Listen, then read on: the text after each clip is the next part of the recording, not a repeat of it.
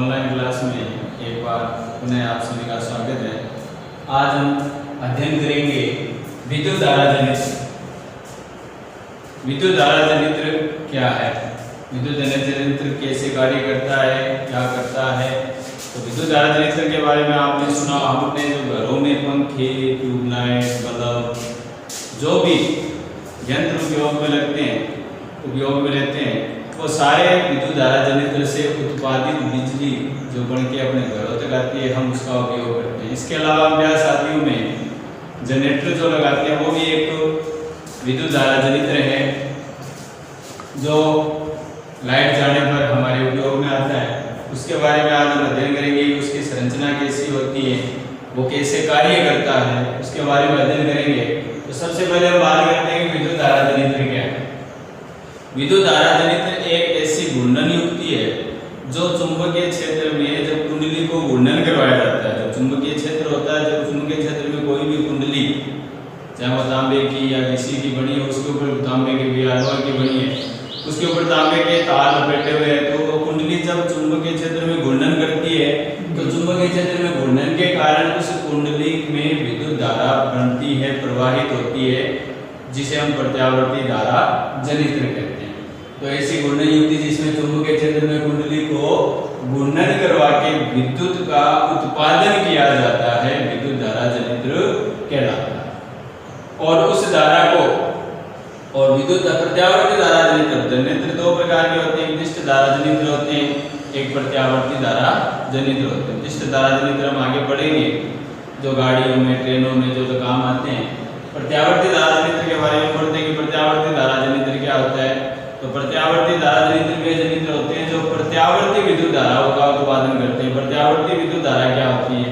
प्रत्यावर्ती विद्युत धारा में जब कुंडली चुंबकीय क्षेत्र में घूर्णन करती है तो हर अर्ध घूर्णन के पश्चात, हर आधे घूर्णन के पश्चात जिसमें विद्युत धारा की दिशा बदलती है उसे बोलते हैं प्रत्यावर्ती धारा जनित्र।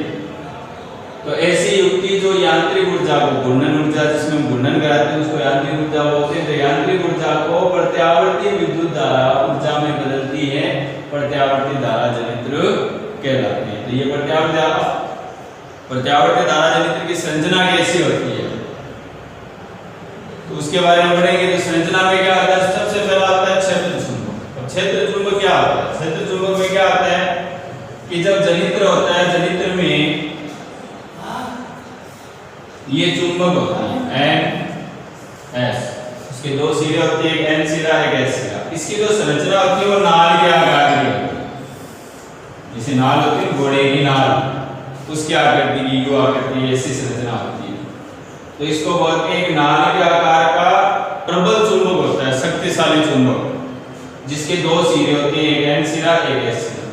तो इसको बोलते हैं, इस क्षेत्र को इन दोनों के बीच में हमने पढ़ा था चुंबकीय क्षेत्र रेखा में, हमें पता है कि चुंबकीय क्षेत्र रेखा N से शुरू होती है, S पर समाप्त होती है। तो ये एक प्रबल चुंबकीय क्षेत्र होता है इसके बीच में, इसको हम क्षेत्र चुंबक बोलते हैं। तो इसमें एक अति शक्तिशाली नाल के आकार का चुंबक NS होता है, जिसे हम क्षेत्र चुंबक कहते हैं। दूसरा इसका जनित्र का भाग होता है आर्मेचर या कुंडली। आर्मेचर या कुंडली क्या होती है? आर्मेचर या कुंडली एक क्या होता है, नरम लोहे की या कहते हैं कच्चे लोहे की, एक कच्चा लोहा आता है, उस कच्चे लोहे की बनी हुई एक कुंडली होती है या एक भाग होता है। जैसे ये कोई भी संरचना, ये गोल भी हो सकती है या आयताकार भी हो सकती है। इसके ऊपर विद्युत रोधी तांबे के तारों को लपेटा हुआ रहता है, तांबे के तारों को इसके ऊपर लपेटा हुआ रहता है। तो इसको बोलते हैं आर्मेचर या कुंडली। तो इस कुंडली के ऊपर तांबे के तार लपेटते हैं, वो आर्मेचर बन जाती है। अब ये आर्मेचर क्या करेगी? ये आर्मेचर है वो चुंबकीय क्षेत्र में इसमें घूमती है, ये घूर्णन करती है, इसका काम है घूर्णन करना, इसको घूमना। तो जब ये इस चुंबकीय क्षेत्र में घूमती है तो बिजली बनती है, तो ये कुंडली होती है। ये कुंडली है, इसका नाम दे दिया A, ये B, आयताकार कुंडली है जिसको नाम दे दिया ABC। कुंडली का A सिरा और ये दोनों सिरे दूरी जैसे पंखे के अंदर जो रॉड होती है उसके ऊपर पंखा घूमता है, जो अपन लटकाते हैं तो वो जो दूरी होती है पंखा उस दूरी के चारों घूमता है। वैसे ये दूरी है, इस दूरी के ऊपर ये कुंडली है वो क्या करती है, घूर्णन करती है। तो आर्मेचर इसमें एक कच्चे लोहे के ढांचे पर लिपटी, कच्चा लोहा नरम लोहा लिपटी विद्युत रोधी तांबे की कुंडली एबीसीडी होती है, जो चुंबकीय क्षेत्र में क्या करती है, घूर्णन करती है। इसके हमने दो पार्ट पढ़े, एक चुंबकीय क्षेत्र चुंबक और तीसरा आर्मेचर कुंडली। तीसरा पार्ट सर्पी वलय, वलय मतलब रिंग, जैसे गोल रिंग है 1 और 2, ये S1 है ये S2 है, ये दोनों रिंग, एक रिंग ये हो गई, दूसरी रिंग ये होगी, ये दो रिंग होती है। कुंडली का ए सिरा और डी सिरा, ए सिरा है वो S1 से जुड़ा हुआ रहता है, ये S1 है ऊपर वाली और नीचे वाली है S2, तो ए सिरा S2 से जुड़ा हुआ रहता है, बी सिरा ए सिरा S1 से और बी सिरा S2 बल्ले, दो बल्ले होती है रिंग जो घूमती है, घूर्णन करती है। और जैसे जैसे कुंडली घूर्णन करती है, साथ में जो रिंग है वो भी घूर्णन करती है, ये ध्यान रखना। तो ये कुंडली के साथ साथ घूर्णन करती है और ए का संपर्क हमेशा S1 से होता है और बी का संपर्क, जो कुंडली का डी का सिरा है उसका संपर्क हमेशा S2 से होता है। तो कुंडली के सिरे ए और डी दो अलग अलग धातु की वलय S1 और S2 से जुड़े होते हैं, ये वलय कुंडली के साथ साथ क्या करते हैं, घूर्णन करते हैं। ये इसका तीसरा पार्ट। चौथा पार्ट, इन वलय के ऊपर दो ब्रूस होते हैं, जो या तो कार्बन के बने हुए होते हैं या कोई धातु की पत्ती के बने होते हैं। ये गति नहीं करते, ये केवल जैसे ये वलय है तो इस वलय को केवल स्पर्श करते हैं, ये जो ब्रूस है वो अपनी जगह क्या रहता है, स्थिर रहता है, केवल वलय घूमती है, ये केवल वलय को स्पर्श करते हैं, ब्रूस कभी भी घूर्णन नहीं करते, ये ध्यान रखना। तो ब्रूस का ये अंदर वाला सिरा है वो तो वलय से जुड़ा हुआ रहता है और बाहरी सिरा है और ये ब्रूस B1 है और ये ब्रूस B2 है। तो जो ब्रूस होते हैं उसका आंतरिक सिरा B1 जो ब्रूस है उसका आंतरिक सिरा S1 वलय से जुड़ा रहता है और B2 जो ब्रूस है उसका आंतरिक सिरा S2 से, और बाहरी सिरे दोनों बाह्य परिपथ से जुड़े रहते हैं। बाह्य परिपथ में एक गैल्वेनोमीटर भी होता है, जो मैंने आपको पहले बताया था, जो विद्युत धारा का संसूचन करता है। एक ऐसा यंत्र जो विद्युत धारा का संसूचन करता है वो गैल्वेनोमीटर, और बाह्य परिपथ से हमारे घरों तक क्या आती है, बिजली पहुंचती है। तो जो बिजली बनती है वो बाह्य परिपथ से होकर हमारे घरों तक पहुंचती है। तो इस प्रकार से ये इसकी संरचना होती है। तो ये जो ब्रूस है वो एक कार्बन के या कोई धातु की पत्ती के बने हुए दो ब्रूस होते हैं, जिनका एक सिरा वलय को स्पर्श करता है और दूसरा सिरा बाह्य परिपथ से जुड़ा रहता है। ये हमेशा ध्यान रखना, ये स्थिर रहते हैं, कभी भी गति नहीं करते। तो ये तो होगी प्रत्यावर्ती धारा जनित्र की बनावट। अब हम इसकी क्रियाविधि के बारे में पढ़ते हैं। प्रत्यावर्ती धारा जनित्र की क्रियाविधि पढ़ते हैं। अभी हमने संरचना पढ़ी, अब क्रियाविधि पढ़ते हैं। इस टॉपिक का एक बड़ा प्रश्न हर एक साल छोड़ के एक साल लगभग रिपीट होता है, तो इसलिए इम्पोर्टेंट प्रश्न है, इसको ध्यान में रखना। तो प्रत्यावर्ती धारा जनित्र की क्रियाविधि, क्रियाविधि मतलब जनित्र बिजली बनाता कैसे, कार्य कैसे। अभी हमने इसकी संरचना पढ़ी, हमने जो पीछे पढ़े हुए हैं फ्लेमिंग का दक्षिण हस्त नियम, विद्युत चुंबकीय प्रेरण का सिद्धांत, तो इन सब चीजों के बारे में हमने पीछे पढ़ा। उन्हीं का उपयोग करते हुए हम इसकी क्रियाविधि के बारे में समझेंगे। तो अब इसकी क्रियाविधि समझना जरूरी है, रटना नहीं है। आप लिखेंगे, समझेंगे, फिर वो याद रहेगा, रटने से भूल जाओगे, इसलिए समझना चाहिए। कि जैसे ये कुंडली है ABCD, ये कुंडली ABCD, इस कुंडली को हमें इस चुंबकीय क्षेत्र में, ये तो चुंबकीय क्षेत्र है जिसकी चुंबकीय क्षेत्र रेखाओं की दिशा आपको पता है N से S की ओर होती है। तो जब चुंबकीय क्षेत्र में इस कुंडली को घुमाना है, अब घुमाना कैसे है, घुमाने के अलग अलग तरीके, जल विद्युत संयंत्र होते हैं, बांध होते हैं, उन्हें पानी से घुमाया जाता है। जो अपने कोयला संयंत्र होता है उसमें कोयले को जला के भाप बना के घुमाया जाता है।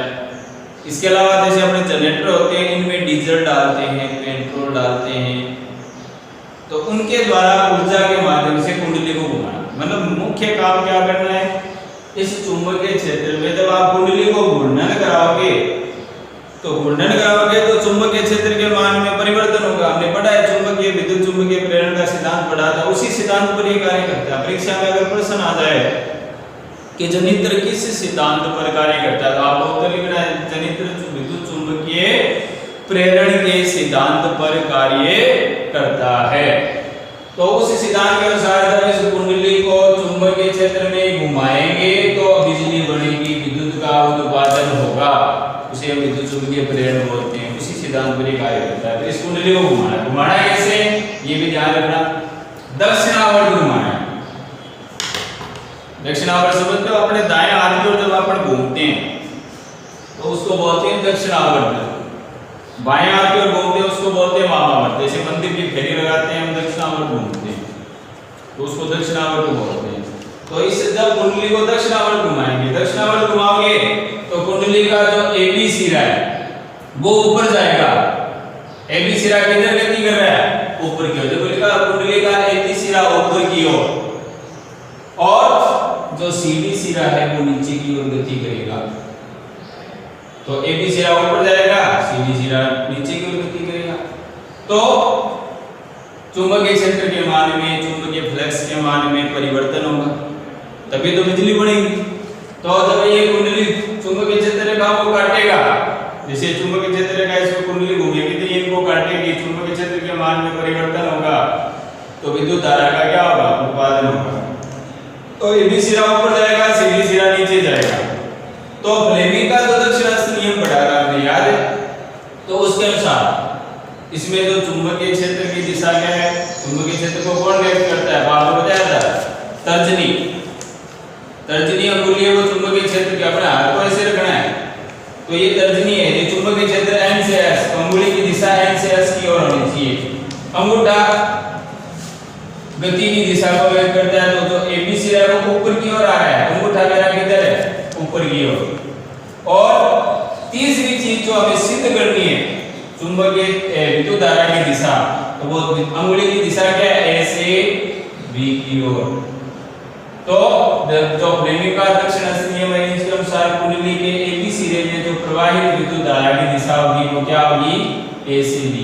अब CD सिरे पर भी ये नियम लगाएंगे तो इस नियम के अनुसार चुंबकीय क्षेत्र की दिशा तो ये होगी, लेकिन हाथ को ऐसे घुमाना पड़ेगा। क्यों?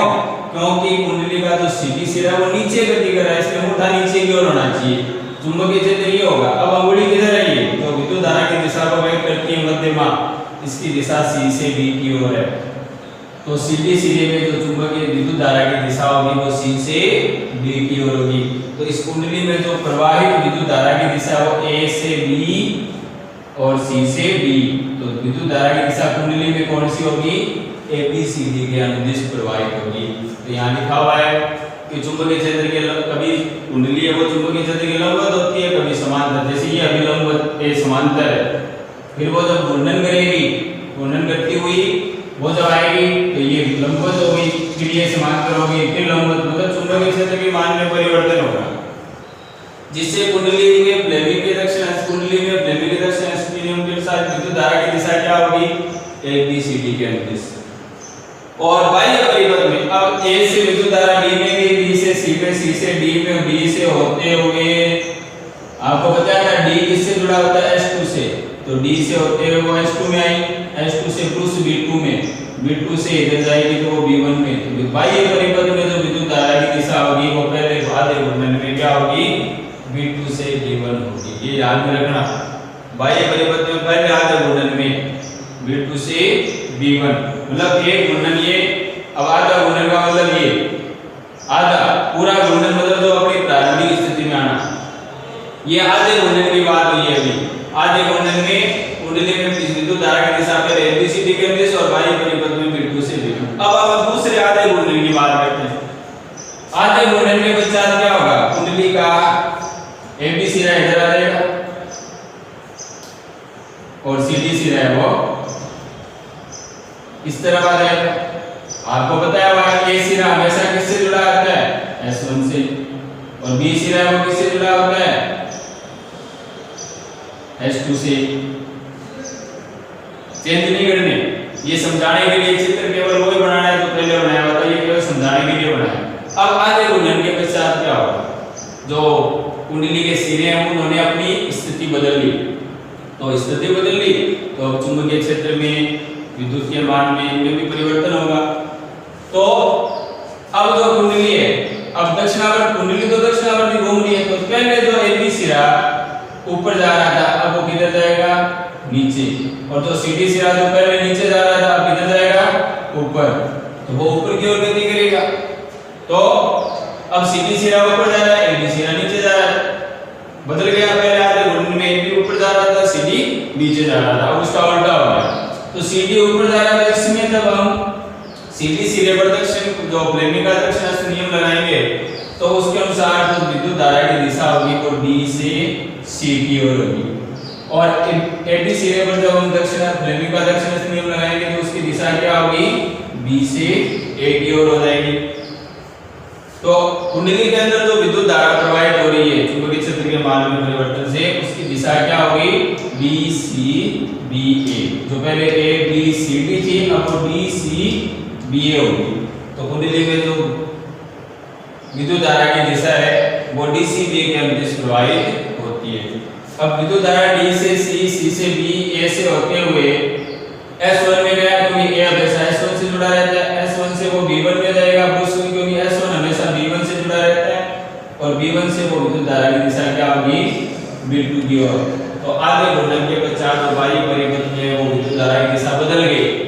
जो पहले आधे घूर्णन में B2 से B1 की ओर प्रवाहित हो रही थी, वो दूसरे आधे घूर्णन में बाह्य परिपथ में B1 से B2 की ओर प्रवाहित हो रही है। अतः इससे स्पष्ट क्या हो रहा है कि प्रत्यावर्ती धारा जनित्र जो होते हैं उनमें विद्युत धारा की दिशा प्रत्येक अर्ध घूर्णन आधे घूर्णन के पश्चात बदलती है, इसीलिए इसको क्या कहते हैं, प्रत्यावर्ती धारा कहते हैं। तो इस प्रकार कुंडली के एक पूर्ण घूर्णन में एक पूरा चक्कर लगाने के दौरान धारा की दिशा बदलती है और धारा का मान भी बदलता रहता है, कभी लंबवत कभी समांतर, तो धारा का मान भी कम ज्यादा आता है।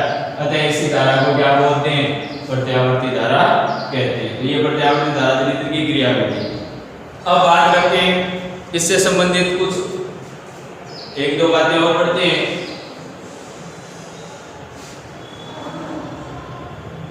जैसे भारत में जनित्र जो काम मिले, भारत में जो बिजली के संयंत्र लगे हुए हैं, जो बिजली बढ़ती है उनकी क्षमता कितनी है, तो परीक्षा में प्रश्न आता है।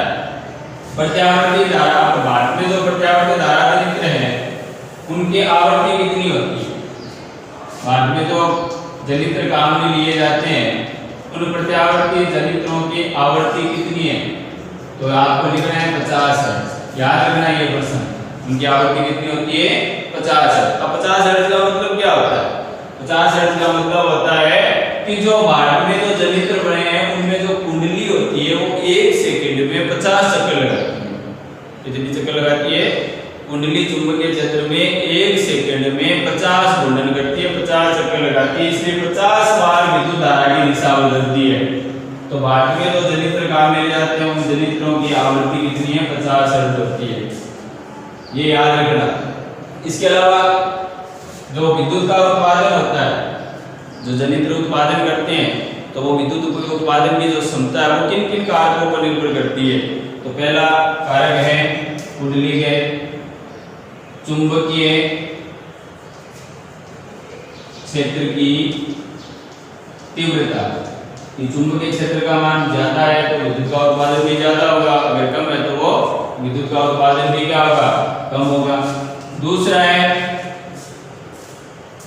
कुंडली के क्षेत्रफल, कुंडली के क्षेत्रफल, कुंडली जो जनित्र में कुंडली काम में लेते हैं ABCD, वो अगर बड़ी है तो वो विद्युत का उत्पादन ज्यादा करेगी, छोटी कुंडली है तो विद्युत का उत्पादन कम करेगी। तीसरा पढ़ते हैं कि किस पे निर्भर करता है, तीसरा है फेरों की संख्या। कुंडली में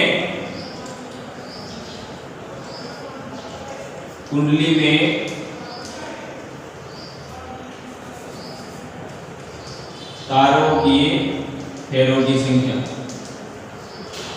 कि कुंडली के अंदर जो आर्मेचर बनाते हैं तो कुंडली के जो विद्युत रोधी तांबे की कुंडली लेते हैं उसके ऊपर तार लपेटे जाते हैं विद्युत रोधी तांबे के, उनमें अगर फेरों की संख्या मतलब तार का लंबाई ज्यादा होगी, फेरे जितनी ज्यादा होगा तार उतना लंबा होगा, तो विद्युत का उत्पादन उतना ही अधिक करेगा। और चौथा है घूर्णन की गति। चौथा है घूर्णन की गति। तो घूर्णन की गति की घूर्णन जितना तेज होगा, अभी हमने आवर्ती पढ़ा ना, 50।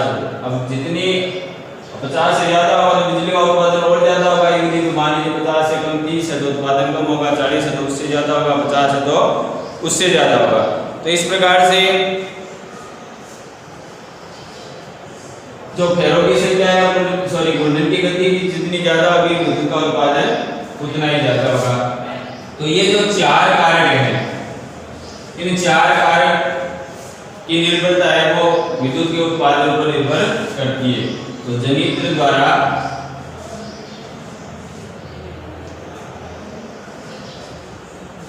विद्युत उत्पादन की क्षमता किन कारकों पर निर्भर करती है। तो ये चार कारक आपको बताएं जिन पर ये निर्भर करती है कि इन कारकों का मान कम ज्यादा होगा तो उत्पादन में परिवर्तन होगा। तो आज हमने पढ़ा प्रत्यावर्ती धारा जनित्र का पूरा भाग हमने पढ़ लिया। प्रत्यावर्ती धारा जनित्र किसे कहते हैं, प्रत्यावर्ती धारा जनित्र की संरचना क्या होती है, उसकी क्रियाविधि क्या होती है, उसका चित्र हमने बनाया। और चित्र भी आपको बनाना आना चाहिए, परीक्षा में प्रश्न आता है तो 1 नंबर का चित्र होता है। तो इस प्रकार से जो भी हमने आज पढ़ा है उसको सही ढंग से पढ़ें। कोई समस्या है तो आप पूछ सकते हैं। धन्यवाद।